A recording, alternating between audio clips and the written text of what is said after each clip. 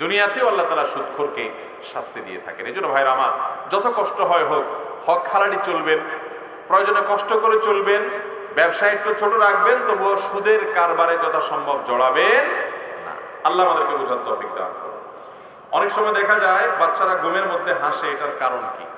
বাচ্চারা ঘুমের মধ্যে হাসে, এটার কারণ কি? কেন শুধু বাচ্চারা হাসে, বড়রা হাসে না? আপনারা ঘুমের মধ্যে হাসেন না বলে কিভাবে টের পাবো? আমি ঘুমাইলে তো দেখি না। তো আপনি দেখেন না, কিন্তু আপনার আশেপাশে অনেক মানুষ দেখেন না ঘুমের মধ্যে মিটমিট করে হাসে। ঘুমের মধ্যে মানুষ হাসে নিশ্চয়ই এই কারণে যে ঘুমের মধ্যে এমন কোন স্বপ্ন দেখে, যে স্বপ্ন দেখার কারণে সে কি করে? হাসে। আবার ঘুমের মধ্যে মানুষ কাঁদেও, কাঁদার বানও করে, কারণ হয়তো সেরকম স্বপ্ন সে দেখে। বাচ্চারা একটু দুর্বল চিত্তের হয়, তাদের স্বপ্নগুলো খুব বেশি বেশি তারা স্বপ্ন দেখে। অনেক সময় শয়তান তাদের উপরে প্রভাব বিস্তার করে, তারা কান্নাকাটি করে, তারা আতঙ্ক বোধ করে, চিল্লায় উঠে, তাদেরকে ভীত সন্ত্রস্ত করে শয়তান। আবার কখনো এমন কোনো দৃশ্য দেখে যেটা দেখে তারা হেসে দেয়। অতএব এই হাসিটা স্বপ্নে কোনো কিছু দেখার কারণে হতে পারে। কবরে 3টি নাকি 4টি প্রশ্ন করা হবে, কেউ বলে 3টা, কেউ বলে 4টা। কবরে কয়টা প্রশ্ন করা হবে, 3টা নাকি 4টা? এটা নিয়ে মতপার্থক্যের কিছু নেই ভাই। কবরে মূল প্রশ্ন হবে 3টা, মার রব্বুক ওয়া মা দীনুক, এবং এই ব্যক্তির সম্পর্কে তুমি কি বলো, বা ওমান নবিয়্যুক, তোমার রবকে, তোমার দিন কি, তোমার নবীকে, বা এই লোকটাকে চিনো কিনা দেখিয়ে নবী সাল্লাল্লাহু আলাইহি ওয়াসাল্লামকে বলা হবে। তো এই 3টা প্রশ্ন হবে মূল। এই প্রশ্নগুলোর উত্তর দেওয়ার পর কোন কোন হাদিসে আসছে আবার জিজ্ঞাসা করা হবে যে মা আলামাকা আও মা আদরাকা, তুমি কিভাবে জানলা, তোমাকে কে বলেছে? তখন সে বলবে কারাতু কিতাবাল্লাহ, আমি আল্লাহর কিতাব পড়েছি, সেখানে পেয়েছি। অর্থাৎ জেনে শুনে বুঝে মুসলমান হয়েছে। আর যে মুনাফিক, সমাজে সবার তালে তালে মুসলমান সাজছে, অনেক মুনাফিক আছে যে মুসলমানের ভান ধরে, কিন্তু আসলে সে মুসলমান না, ইসলামের প্রতি তার আস্থা বিশ্বাস নাই। অনেক শিক্ষিত নামের এরকম মুনাফিক আমাদের সমাজে আছে। এরা যেহেতু দুনিয়াতে সবাই তালে তালে বলছে, ওখানেও তালে তালে বলবে, তখন তারা আটকে যাবে।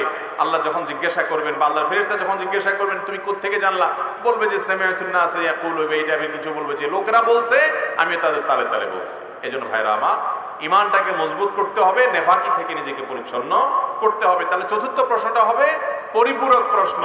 মৌলিক প্রশ্ন কয়টা? 3টা। সুন্নত না পড়ে শুধু ফরজ নামাজ আদায় করলে হবে কিনা? সুন্নত না পড়ে ফরজ নামাজ আদায় করলে হবে। কি হবে? লবণ ছাড়া তরকারি হবে। লবণ ছাড়া কি হবে ভাই? লবণ ছাড়া তরকারি কি হয় না হয় না? লবণ ছাড়া তরকারি হয় না? মরিচ ছাড়া তরকারি হয় না? হলুদ ছাড়া তরকারি হয় না? তেল ছাড়া তরকারি হয় না? তো সব ছাড়াই তো তরকারি হয়। পানি আর একটু সবজি সিদ্ধ করে নিলে সেটাও কি হয়? এক রকমের তরকারি। তো সুন্নত নামাজ না পড়ে শুধু ফরজ পড়লে এইরকম নামাজ হবে আর কি, হবে, কিন্তু ভালো করে হবে। মনে রাখবেন, 5 ওয়াক্ত ফরজ সালাতের আগে পরে বিভিন্ন সুন্নত সালাত যে শরীয়তে রেখেছে, এটি আমাদের ফরজ সালাতের পরিপূরক। ফরজ সালাতের জন্য রিহার্সেল, প্রস্তুতিমূলক আয়োজন।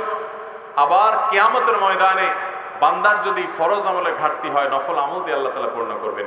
5 ওয়াক্ত সালাতের আগে পরে সুন্নত সালাতগুলো এত গুরুত্বপূর্ণ সুন্নত যে আমাদের নবীজি সাল্লাল্লাহু আলাইহি সাল্লাম এগুলো কখনো ছাড়তেন না। এটা সাধারণ নফল নামাজ না, অনেকে পড়ে না। এটা সাধারণ সালাতের মতো না, এটা গুরুত্ব আছে। নবীজি সাল্লাল্লাহু আলাইহি সাল্লাম এটা ছাড়তেন না। একবার যোহরের আগে 4 রাকাত সুন্নত মেহমান আসার কারণে বা কোনো একটা কারণে এঙ্গেজ হয়ে তিনি পড়তে পারেন নাই, তো পরে সেটা তিনি পড়েছেন। তার মানে এই সুন্নতগুলোকে তিনি সাধারণত বিনা কারণে একান্ত নিরুপায় হওয়া ছাড়া ছাড়তেন না। আপনার কখনো অসুবিধা, আপনি সফরে আছেন, তখন আপনি সুন্নত পড়লেন না, কিংবা আপনি এমন কোনো কাজে আছেন যে সুন্নত পড়ার টাইম নেই, তো আপনি শুধু ফরজটা পড়লেন, ইনশাআল্লাহ ওয়াক্তের ফরজ আদায় হবে। হঠাৎ এরকম হয়েছে বিশেষ কোনো কারণে, গুনাহ হবে না। কিন্তু আপনি নিয়মিত এরকম করেন, অভ্যাস বানায় নিছেন, তাহলে আপনার ফরজের দায়মুক্ত আপনি হয়ে গেলেন, ওয়াক্তের ফরজ আদায় হয়ে যাবে, কিন্তু আপনার সালাতটা ওই লবণ ছাড়া তরকারির মতো, ওই ওয়াক্তের সালাতটা অপূর্ণাঙ্গতা থেকে গেল, সুন্নত হলো না, সুন্নত ছাড়া হলো। অতএব 5 ওয়াক্ত ফরজ সালাতের আগে পরে সুন্নতগুলো পড়ার চেষ্টা করতে। কিন্তু আবার এরকম যেন না হয় যে সুন্নত পড়ার সময় নাই, এই জন্য আমি নামাজই পড়বো না। আপনার সময় কম আছে, সুন্নত বাদ দিয়ে শুধু ফরজ পড়েন, তারপরে আপনাকে ওয়াক্তের ফরজ আদায় করতে ওয়াক্তের মূল রাকাত হলো ফরজগুলো, সুন্নতগুলো ওয়াক্তের মূল রাকাত না। যেমন আপনাকে যদি জিজ্ঞেস করা হয় জোহরের সালাত কয় রাকাত, আপনি কয় রাকাত বলবেন? 4 রাকাত। জোহরের মূল সালাত কয় রাকাত? 4 রাকাত। তার আনুষঙ্গিক সুন্নাত সালাত আছে, মূল সালাত 4 রাকাত। কখনো যদি আপনার মনে হয় আপনি ক্রিকেট খেলার দেখতে গিয়া একবারে নেশায় বুঁদ হয়ে গেছেন, এখন আপনার আপনার আপনার সুন্নত সহ আগে 4 রাকাত, পরে 2 রাকাত, ফরজ সহ 15 মিনিট আপনি সালাত আদায় করবেন না, কারণ 1 ওভার বাকি আছে, মাত্র 6টা বলের মধ্যে শেষ হয়ে যাবে। এই ফাঁকে আপনি নামাজ পড়তে গেলে আপনি এটা মিস করতে চাচ্ছেন না। ইমান যদি এত দুর্বল হয়, এই ফাসিকি চিন্তা ভাবনা যদি আপনার উপরে ভর করে, তাহলে কমপক্ষে 4 রাকাত ফরজ হলেও আপনি জামাতের সাথে পড়ে চলে যান, তারপরেও আপনি সুন্নত সহ পুরো প্যাকেজ পড়তে পারবো না, এই কারণে সালাতই পড়লেন না বা জামাতই তরক করলেন, এটা কখনো জায়েজ হতে পারে না। তাহলে খোলাসা কথা হলো, সুন্নত সালাত পড়ার চেষ্টা করতে হবে। কোনো বিশেষ কারণে কখনো বাদ গেল সেটা ভিন্ন কথা। শুধু স্বামী স্ত্রী একা একা বিবাহ বার্ষিকী পালন করতে পারবে কিনা, তার মানে বাসার ভেতরে স্বামী স্ত্রী 2 জন হঠাৎ করে মনে হলো আরে আজকের দিনে না আমরা 2 জন ফাঁসছিলাম, 2 জন ফাঁসছিলাম আজকের দিনে, একজন আরেকজনের গলা রশি ফালাইছিলাম এই দিনে, এটা স্মরণ হলো। এই দিনে আপনাদের 2 জনের মধ্যকার বৈবাহিক সম্পর্ক হয়েছে, স্মরণ হওয়ার কারণে এটা একটা বিশেষ ফিলিংস কাজ করলো, আলোচনা করলেন, নিজেদের ঘরোয়া কোনো কিছু, কোনো আনুষ্ঠানিকতা যেটাকে বলা যায় সেটা নয়, এতে কোনো দোষের কিছু নেই। কিন্তু মনে রাখবেন যে কালচারগুলো ভিন্ন ধর্মাবলম্বীদের থেকে এসেছে, ইহুদি নাসরাদের থেকে এসেছে, একজন মুসলমান সেগুলোকে অনুসরণ করবে। অতএব এটাকে আনুষ্ঠানিকতা দেওয়া, আনুষ্ঠানিকতার রূপ দেওয়া, ঘটা করা, এই কাজ সুন্নাত তো নয়, বরং এটি মুসলমানদের কোনো কালচার নয়। নবী করিম সাল্লাল্লাহু আলাইহি ওয়াসাল্লাম বলেছেন, লা তাত্তাবিউন্না সুনানা মান কানা ক্বাবলাকুম, তোমাদের পূর্বে যারা চলে গেছে একটা সময় আসবে তোমরা তাদের অনুসরণ করবে, তারা যা করবে তোমরা তাও করবে। বলা হলো ইয়া রাসূলুল্লাহ, কাদের কথা আপনি বলছেন? ইহুদিদের কথা, নাসারাদের কথা? নবী সাল্লাল্লাহু আলাইহি ওয়াসাল্লাম বলছেন, তাদের ছাড়া আর কার কথা বলবো? ইহুদিদের কথাই বলা হয়েছে। এই জন্য ভাইরা আমার, এই বিবাহ বার্ষিকী বা এই জাতীয় যত আনুষ্ঠানিকতা আছে, এগুলা বিজাতীয়দের অন্ধ অনুকরণ থেকে হয়। আল্লাহ তাআলা আমাদেরকে যে কালচার দিয়েছেন সেটি আমাদের জন্য যথেষ্ট ইনশাআল্লাহ। তবে হ্যাঁ, ওই যে বললাম, স্বামী স্ত্রী একান্ত 2 জনে একজন আরেকজনের সাথে আলাপ হলো, স্মরণ হলো, কোনো ফিলিংস কাজ করলো তাদের মধ্যে, একান্ত ঘরোয়াভাবে, আনুষ্ঠানিকতার তেমন কিছু থাকলো না, ঘটার কিছু থাকলো না, তো এটুকু জায়েজ হতে পারে, মুবাহ হতে পারে শর্ত সাপেক্ষে। অনেক মহিলার মুখে পশম গজায়, দাড়ি হয়, এগুলো কাটলে গুনাহ হবে কিনা? অনেক মহিলা আছে যাদের হরমোনজনিত সমস্যার কারণে মুখে দাড়ি গজায়, অনেকের 2-4টা গজায়, অনেকের আরো বেশিও গজায়। তো যদি অনেক বেশি দাড়ি গজায়, সেই দাড়ি কাটাতে তো অসুবিধা নাই, বরং অনেক ফকিহদের মতে, অনেক ফোকায়ের মতে এগুলো কাটা বরং ওয়াজিব, আবশ্যক। কারণ এগুলো না কাটলে পুরুষের মতো দেখাবে, এবং পুরুষের মতো দেখানোটা এটা তার জন্য নানান দিক থেকে, শরীয়ত দৃষ্টিকোণ থেকেই উচিত নয়, সেভাবে থাকা উচিত নয়, সেই জায়গা থেকে এগুলো কেটে ফেলবে। আর যদি এমনি দাড়ি ছাড়া অন্যান্য পশম হয়, অতিরিক্ত পশম হয়, অনেক লোকের আছে, সেটা যদি রোগের মতো, অর্থাৎ এটা অসুস্থতা হরমোনজনিত কারণে হয়, তাহলে ট্রিটমেন্টের অংশ হিসাবে সেগুলো তোলাতেও অসুবিধা নাই। এরপরে প্রশ্ন হলো, আমি নামাজ পড়ি, বেশি বেশি পাপ কাজও করি, কি করলে সবসময় পাপ থেকে মুক্ত থাকতে পারবো? জানালে উপকৃত হবো। ভাই, কোনো যুবক বা কোনো মানুষ সালাত আদায় করেন, পাশাপাশি অনেক পাপ হয়ে যায় তার দ্বারা, এই যে একটা অনুভূতি যে আমার দ্বারা অনেক পাপ হয়ে যাচ্ছে, এটা অ্যাপ্রিসিয়েট যোগ্য একটা অনুভূতি। এই অনুভূতির কারণে তাকে বিশেষভাবে শুকরিয়া জানানো উচিত যে তার ভিতরে এই ফিলিংস আসছে যে আমি অনেক পাপের সাথে জড়িত, কিভাবে আমি বাঁচার চেষ্টা করবো। আলহামদুলিল্লাহ, আমরা সেই যুবক ভাইকে বলতে চাই যে, বা এরকম যে কারো হোক, যুবক হোক, অন্য কোনো বয়সে মানুষ হোক, যদি সালাতের পাশাপাশি অন্যান্য পাপাচারে আপনি লিপ্ত হন, ছুটতে না পারেন, তাহলে প্রথম কাজ হবে আপনি সালাতের প্রতি আরো বিশেষ করে মনোযোগ দেন, এবং সালাতকে আপনি সঠিকভাবে আদায় করছেন কিনা ত্রুটি কোটায় কোটায় আছে বের করেন। 1 নম্বর, খুব ধীরে ধীরে সময় নিয়ে সালাত আদায় করেন, খুব সময় নিয়ে।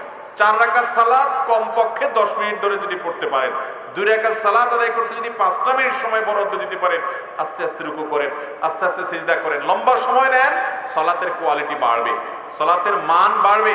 এরপরে মনোযোগের সাথে সালাত আদায় করবেন, মহব্বতের সাথে তাসবিহ পড়বেন রুকুতে, সিজদাতে, এবং যা পড়বেন বুঝে পড়ার চেষ্টা করবেন, নিজের সাথে লড়াই করে হলেও মনোযোগ ধরে রাখার চেষ্টা করবেন। ইনশাআল্লাহ দেখবেন এই সালাত আপনাকে পাপাচার থেকে সরায় আনবে, কারণ আল্লাহ বলেছেন, ইন্নাস সালাতা তানহা আনিল ফাহশাই ওয়াল মুনকার, সালাত মানুষকে অন্যায় অশ্লীল কাজ থেকে বিরত রাখে। 1 নাম্বার 2, পাপের কাছ থেকে বাঁচার জন্য সব সময় রাখতে হবে, পাপের পরিবেশ থেকে বাঁচতে হবে। পরিবেশ, যেই জায়গায় যেই পরিবেশে গেলে, একজনে ফেসবুকে গেলে আর চোখের গুনাহ থেকে বাঁচতে পারে না, তাহলে সে ফেসবুক ডিএক্টিভ করে ফেলবে। একজনে ইউটিউবে গেলে ওয়াজ শুনতে শুনতে পরে কোথায় কোথায় যায়, আওয়াজের ভিতর ঢুকে যায় সে, তাহলে সে ওইখানে যাবেই না, ওই অ্যাপই ফেলে দিবে। দরকার নেই আমার অনলাইনে ওয়াজ শোনার, ইউটিউবে ওয়াজ শোনার, যে ওয়াজ থেকে আমি আওয়াজে যাইয়া আরো অন্যান্য জগতে চলে যেতে হয়। নিজেকে নিয়ন্ত্রণ করতে পারি না, যার ভিতরে আত্মনিয়ন্ত্রণের ক্ষমতা নাই, সে সব জায়গায় যাবে না। কারণ যে সে সওয়াব করতে গিয়ে আরো কি করবে, গুনাহ করবে। গুনাহের পরিবেশ থেকে সরে আসলে গুনাহ থেকে, পাপ থেকে বাঁচা সহজ হয়। আল্লাহ এই জন্য বলেছেন লা তাকরাবুজ জিনা ওয়ালা তাকরাবুজ জিনা, জেনার কাছেও যেও না। কারণ আল্লাহ জানেন জেনার কাছে গেলে জেনা থেকে বাঁচতে ফিরে আসতে পারবে না। এই জন্য আগে থেকে বাদ দিতে হয়, গুনার পরিবেশ থেকে সরে আসবেন।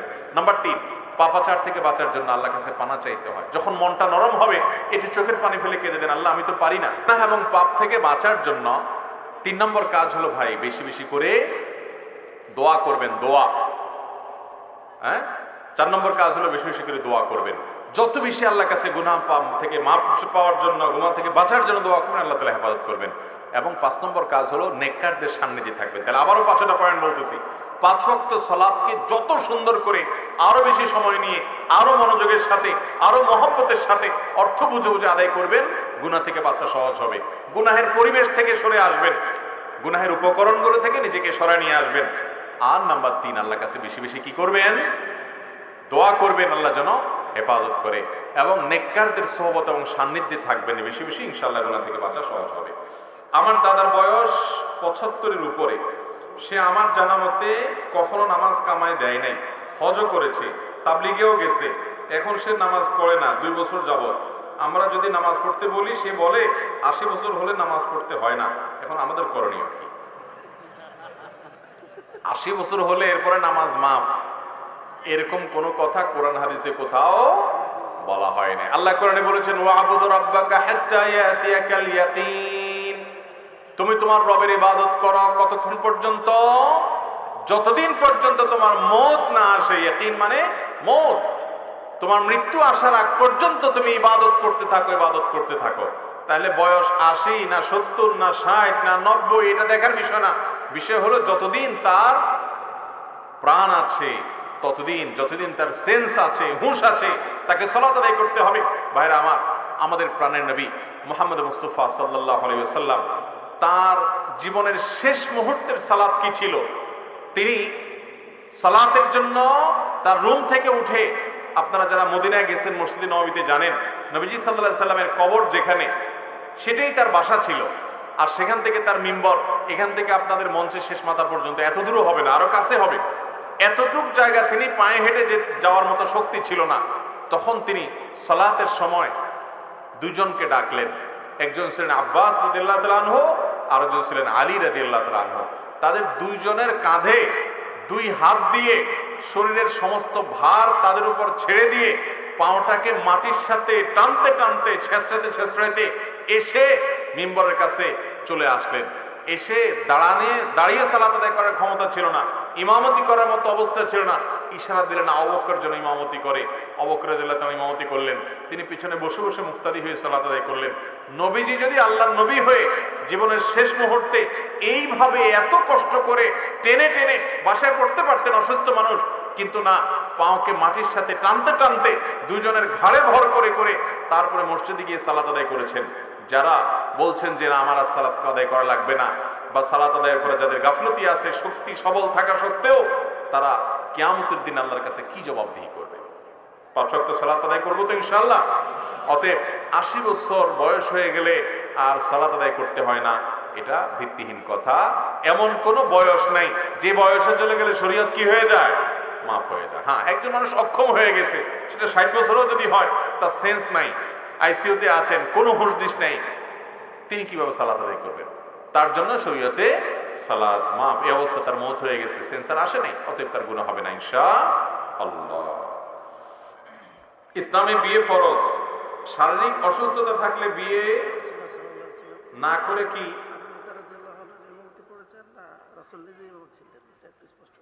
আবু বকর রাদিয়াল্লাহু আনহু ইমামতি করতে বলেছেন? আবু বকর রাদিয়াল্লাহু করতে চান নাই।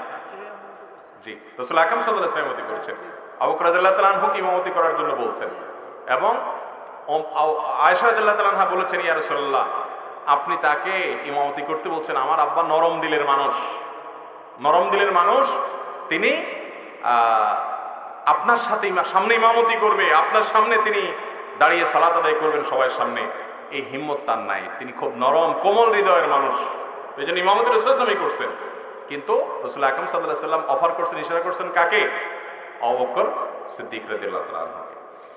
ইসলামে বিয়ে ফরজ, শারীরিক অসুস্থতা থাকলে বিয়ে না করে কি বেহেশতে যাওয়া যাবে? বিয়ে ফরজ আপনারা কে বলেছে? বিয়ে তো সাধারণ অবস্থায় ফরজ না, স্বাভাবিক অবস্থায় বিয়ে করা সুন্নাহ। অর্থাৎ একটা মানুষ বিয়ে না করলে গুনাহে লিপ্ত হবে না, এরকম কনফিডেন্ট বা আত্মবিশ্বাস তার নিজের উপরে নিজের আছে। এই অবস্থায় তার জন্য বিয়ে করা ফরজ না, এই অবস্থায় বিয়ে করা হলো সুন্নাহ। নবী করিম সাল্লাল্লাহু আলাইহি ওয়াসাল্লাম বলেছেন, আন-নিকাহু মিন সুন্নতি, বিবাহ আমার সুন্নাহর অন্তর্ভুক্ত। তবে যদি কেউ বিয়ে না করলে সে জিনা থেকে বাঁচতে পারবে না, আবার এদিকে বিয়ে করার মতো শারীরিক এবং আর্থিক সক্ষমতাও তার আছে, এই ব্যক্তির উপরে বিয়ে আবশ্যক, তার জন্য বিয়েও জরুরি। তো এখন স্বাভাবিক অবস্থায় বিয়ে তো ফরজ না, সুন্নাহ। কিন্তু কোনো মানুষ অসুস্থ, শারীরিকভাবে অক্ষম, তাহলে তার উপরে বিয়ে কি না? ফরজ না। এখন অক্ষমতাটা আবার মুশকিল হলো, অনেকের ওয়াসওয়াসার রোগ আছে, অনেক যুবক আছে আজকাল যে ওয়াসওয়াসার রোগের রোগী, যে তার নিজের বিয়ের ব্যাপারে কনফিডেন্ট নাই, তার মধ্যে ভয় আতঙ্ক আছে, এগুলো অহেতুক ভয় অনেক সময় থাকে। তো এই বিষয়গুলো প্রত্যেকে যার যারটা তাকে আইডেন্টিফাই করে বের করতে হবে। কিন্তু যদি এমন হয় যে না, আমার স্ত্রীর প্রয়োজন পূরণ করার মতো বা তার হক আদায় করার মতো শারীরিক সক্ষমতা টোটালি নেই, এরকম কারো যদি মনে হয়, তাহলে সে ব্যক্তির জন্য বিয়ে বরং জায়েজই নাই, কারণ তিনি বিয়ে করে একজন মেয়ের কি করবেন? হক নষ্ট করবেন। এরপর প্রশ্ন হলো, আমি 5 ওয়াক্ত নামাজ পড়ি, মাঝে মধ্যে খারাপ চিন্তা চলে আসে, তখন কি করতে হবে? আপনি 5 ওয়াক্ত সালাত আদায় করেন, 5 ওয়াক্ত সালাত আদায় করার পরও মনের ভিতরে খারাপ চিন্তা আসতে পারে। মনের ভিতরে খারাপ চিন্তা আসাটা অস্বাভাবিক না, কিন্তু ইচ্ছাকৃত খারাপ চিন্তা করা অথবা খারাপ চিন্তাকে ধরে রাখা, এটা হলো দোষের, এটা হলো ত্রুটির। বিধায় আল্লাহ তাআলার কাছে দোয়া করতে হবে যে আল্লাহ, আমার অন্তরের সমস্ত ওয়াসওয়াসা এবং খারাপ চিন্তাগুলোকে আপনার ভয় দিয়ে পরিপূর্ণ করে দিন। এবং বিশেষ করে যখন ওয়াসওয়াসা আসবে, আল্লাহ সম্পর্কে বাজে চিন্তা আসবে, বাম দিকে থুতু ফেলবেন। থুতু ফেলা বলতে, থুতু বলতে প্রতীকী থুতু ফেলা, গালভর্তি করে থুতু ফেলানোর উদ্দেশ্য না, যে শুয়ের আগায় যে পরিমাণ পানি পড়ে ওইভাবে থুতু করা জাস্ট। এবং আউযু বিল্লাহি মিনাশ শাইতানির রাজিম বা আউযু বিল্লাহ, এটা পাঠ করলে আল্লাহ রাব্বুল আলামিন শয়তানের ওয়াসওয়াসা থেকে বাঁচান। আরেকটা দোয়া হাদিসে আছে, নবী করিম সাল্লাল্লাহু আলাইহি ওয়াসাল্লাম শিক্ষা দিয়েছেন, সেটা হলো আমানতু বিল্লাহি ওয়া রাসূলি, আমি আল্লাহর প্রতি, আল্লাহ রাসূলের প্রতি ঈমান আনলাম। আমানতু বিল্লাহি ওয়াল ইয়াউমিল আখির, আল্লাহর প্রতি ঈমান আনছি বললে শয়তান ওয়াসওয়াসা থেকে মন্ত্রণা দেওয়া থেকে সে আপনাকে দূরে সরে যাবে। আমার শিক্ষা যতটুকু তা দিয়ে আমি বাসায় বাচ্চাদের কোরআন শিক্ষা দেই, কয়েকজন হাদিয়া দেয়, আমার নেওয়া জায়েজ হবে কিনা? বিভিন্ন হাদিসে কোরআন শিক্ষা দিয়ে সরাসরি হাদিয়া গ্রহণ করার ব্যাপারে নিষেধাজ্ঞা এসেছে। একজন একটা ধনুক বা তীর নিয়েছে, নবী করিম সাল্লাল্লাহু আলাইহি সাল্লাম তাকেও ভৎসনা করেছেন এবং সেই ব্যাপারেও নিষেধাজ্ঞা আরোপ করেছেন। কিন্তু পরবর্তীতে নবী করিম সাল্লাল্লাহু আলাইহি সাল্লামের আরো অনেকগুলো হাদিস সাহাবায়ে কেরামের আমালের আলোকে দ্বীনের এই সমস্ত কাজ, যেগুলোর উপরে দ্বীনের বাকা নির্ভর করে, যেগুলোতে মানুষের হাবসে ওয়াক্ত হয় বা সময় নিবেদন করতে হয়, এবং এটাতে ডেডিকেটেড লোক না থাকলে আল্লাহর দ্বীন দুনিয়াতে টিকে থাকাটা কঠিন হবে, এই বিষয়গুলোর মধ্যে থেকে একটা হলো দ্বীনের শিক্ষা দান করা। এটার জন্য কোনো লোক যদি টাকা গ্রহণ করে, পারিশ্রমিক নেয়, সেটাকে পৃথিবীর প্রায় সমস্ত উলামায়ে কেরামই জায়েজ বলেন, এটাকে নাজায়েজ কোনো উলামায়ে কেরাম বলেন না, এবং সেটি অনেকগুলো হাদিসের আলোকে এবং আয়াতের আলোকে। আমার স্বামী পরকীয়া লিপ্ত, নামাজ পড়ে না, আমি কিছু বললে আমাকে বাড়ি থেকে বের করে দেয়, মারধর করে, এতে আমার করণীয় কি? তাকে ভুল পথ থেকে ফেরাতে। দেখুন, পরকীয়া, বিবাহিত মানুষ বিবাহ করার পরও অবৈধ সম্পর্ক, এটা এখন মহামারীর মতো হয়ে গেছে, ঘরে ঘরে হয়ে গেছে। বেশিরভাগ ঘরগুলোতে এমন এমন পুরুষরা পরকীয়ায় লিপ্ত, এমন এমন মহিলা পরকীয়ায় লিপ্ত যে কল্পনাও করা যায় না। 5 ওয়াক্ত সালাত আদায় করে অথচ পরকীয়ায় লিপ্ত, পর্দা করে অথচ পরকীয়ায় লিপ্ত। এর অন্যতম কারণ হলো সোশ্যাল মিডিয়ার যথেচ্ছা ব্যবহার, গোপন পাপ, এগুলো মানুষকে পরকীয়ার দিকে নিয়ে যাচ্ছে।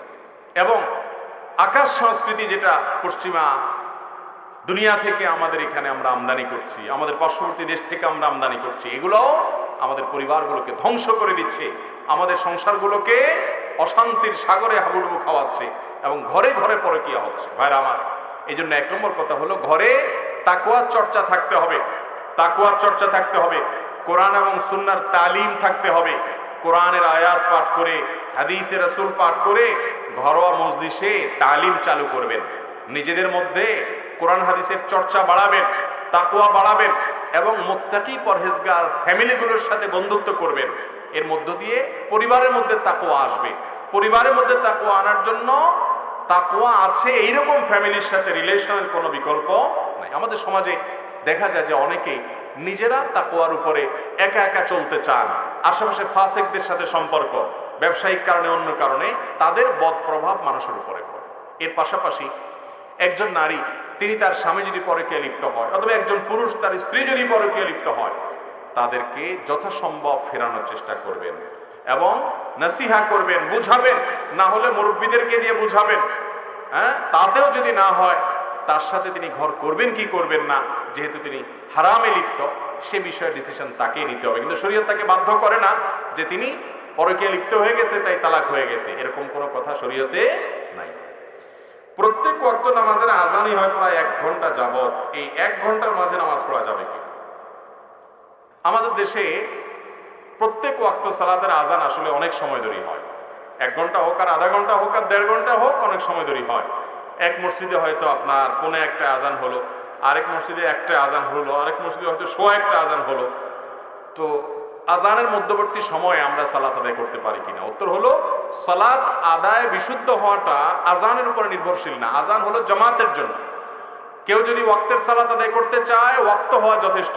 ইন্নাস সালাতা কানাত আলাল মুমিনিনা কিতাবাম মাওকুতা, নিশ্চয় সালাত ইমানদারদের জন্য নির্দিষ্ট সময়ে পড়াটা ফরজ করা হয়েছে, বিধায় আজান জরুরি না। ওয়াক্ত হয়ে গেছে, আপনি সালাত আদায় করলে কি হবে? সালাত হয়ে যাবে। আমাদের অনেক মহিলা, অনেক মা বোনরা আছেন, ঘর বাড়িতে তারা বসে অপেক্ষা করেন জায়নামাজে যে মসজিদে আজান কখন হবে, এরপরে তারা সালাত আদায় করেন। না, এটা কোনো দরকার নেই।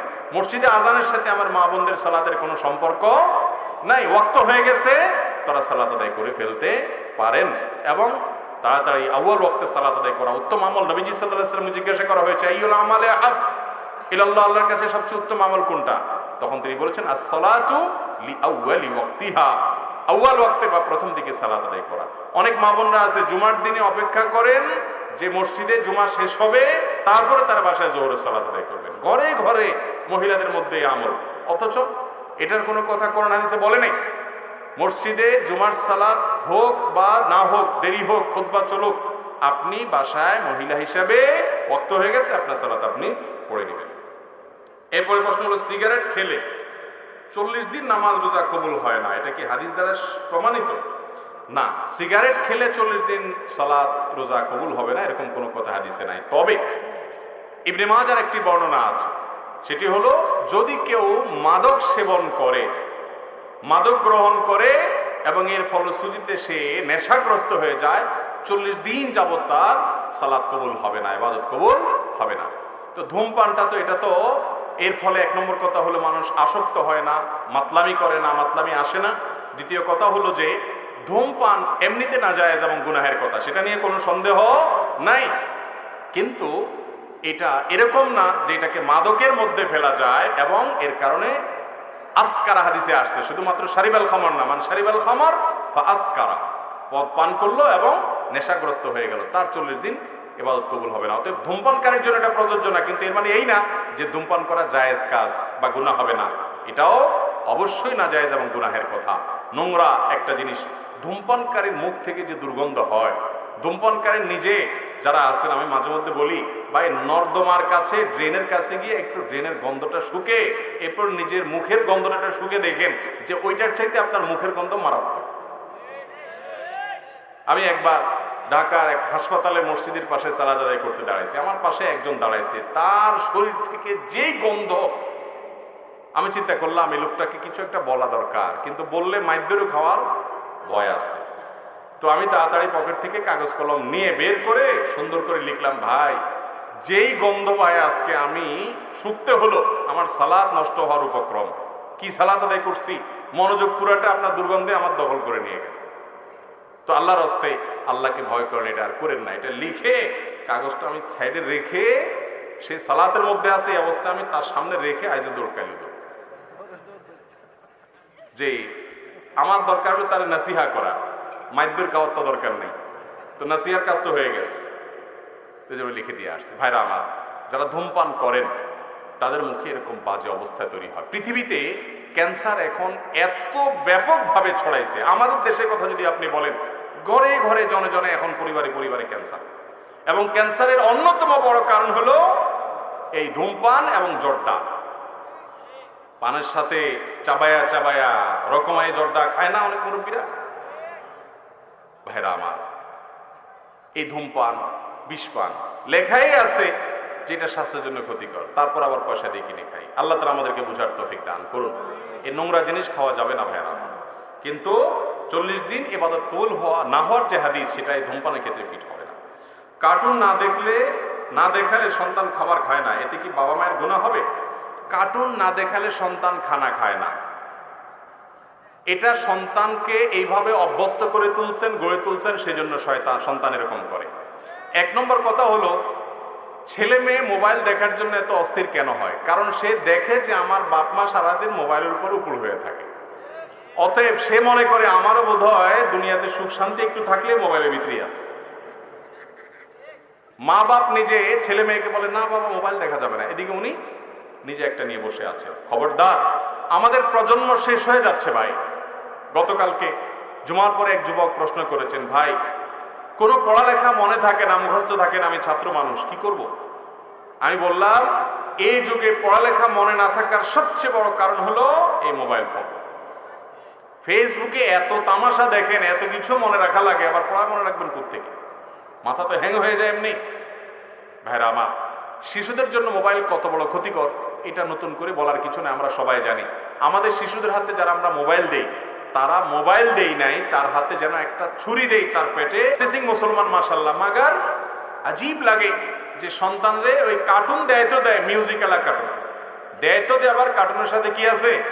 মিউজিক আছে, হারাম আছে, গান বাজনা আছে। ভাইরা আমার, এটা মা বাবারও গুনাহ হবে এবং শিশুরও ইমানি শক্তি ভোতা হবে এবং ধ্বংস হয়ে যাবে। এজন্য এগুলো থেকে বাঁচিয়ে রাখতে হবে। একান্ত যদি বড় কোনো স্ক্রিনে ভালো কিছু দেখাতে চান, সেখানে মিউজিক নাই, তেলাওয়াত আছে, বাচ্চাদের জন্য শিক্ষণীয় কিছু আছে, হারামের কোনো নির্লজ্জতার কোনো উপাদান নাই, সেগুলো দেখাতে পারেন। কিন্তু সেগুলোও যত কম দেখাতে পারেন তত ভালো। এরপরে প্রশ্ন, স্কুলের একটা অনুষ্ঠানে আমরা অভিনয় করি, এতে বিয়ের অভিনয় করা হয় এবং কবুলও বলা হয়, এতে কি বাস্তব বিবাহ হয়েছে? ভাই, এটা কোন লেভেলে, ছেলে মেয়ের বয়স কত, সেখানে সাক্ষী ছিল কিনা এবং বিবাহের অন্যান্য শর্ত সারায় পাওয়া গেছে কিনা, সেটা এই প্রশ্নে লেখা নাই। তবে একটা মৌলিক কথা আমরা বলতে পারি, প্রশ্ন উত্তর সরাসরি এই জন্য দেওয়া কঠিন যেহেতু বিস্তারিত বিবরণ নাই, কিন্তু আমরা একটা মৌলিক কথা বলতে পারি। নবী করিম সাল্লাল্লাহু আলাইহি ওয়াসাল্লাম বলেছেন, সালাসুন জিদ্দুহুন্না জিদ্দুন ওয়া হাজলুহুন্না জিদ্দুন, আন-নিকাহু ওয়াত তালাকু ওয়ার রাজআ।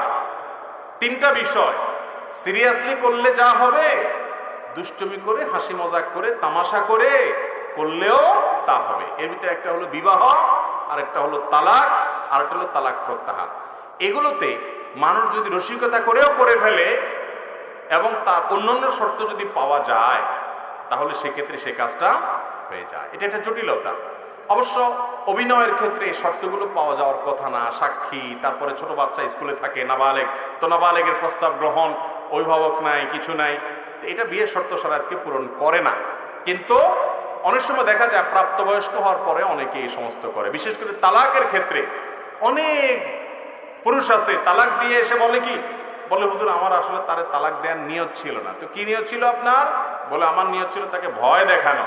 ভয় দেখানোর জন্য আমি বলি পারলে একটা ধাক্কা দিয়ে দেন, জোর করে একটা চিমটি কেটে দেন, এরপরে মাপ চেয়ে নিয়েন, কিন্তু ভয় দেখানোর জন্য তালাক দিলাম তোমাকে এই কথা বলিয়েন না। কারণ ভয় দেখানোর জন্য যদি বলেন, আপনি মুখ দিয়ে তালাক দিয়েছেন, উচ্চারণ করেছেন, অতীতকালীন ক্রিয়া ব্যবহার করেছেন, তালাক হওয়ার মতো শব্দ বলে ফেলেছেন, তাহলে এই তালাক ফেরানোর ক্ষমতা কারোর নাই। এই জন্য তালাকের বিষয়টা খুবই সিরিয়াস। যারা বিয়ে করেছেন তারাও, যারা অবিবাহিত তারাও। আমি সব জায়গা বলার চেষ্টা করি ভাইরা আমার, আমাদের দেশে এখন ঘরে ঘরে তালাক হচ্ছে। মনে রাখবেন, স্বামী স্ত্রীর মধ্যে ঝগড়া লাগছে,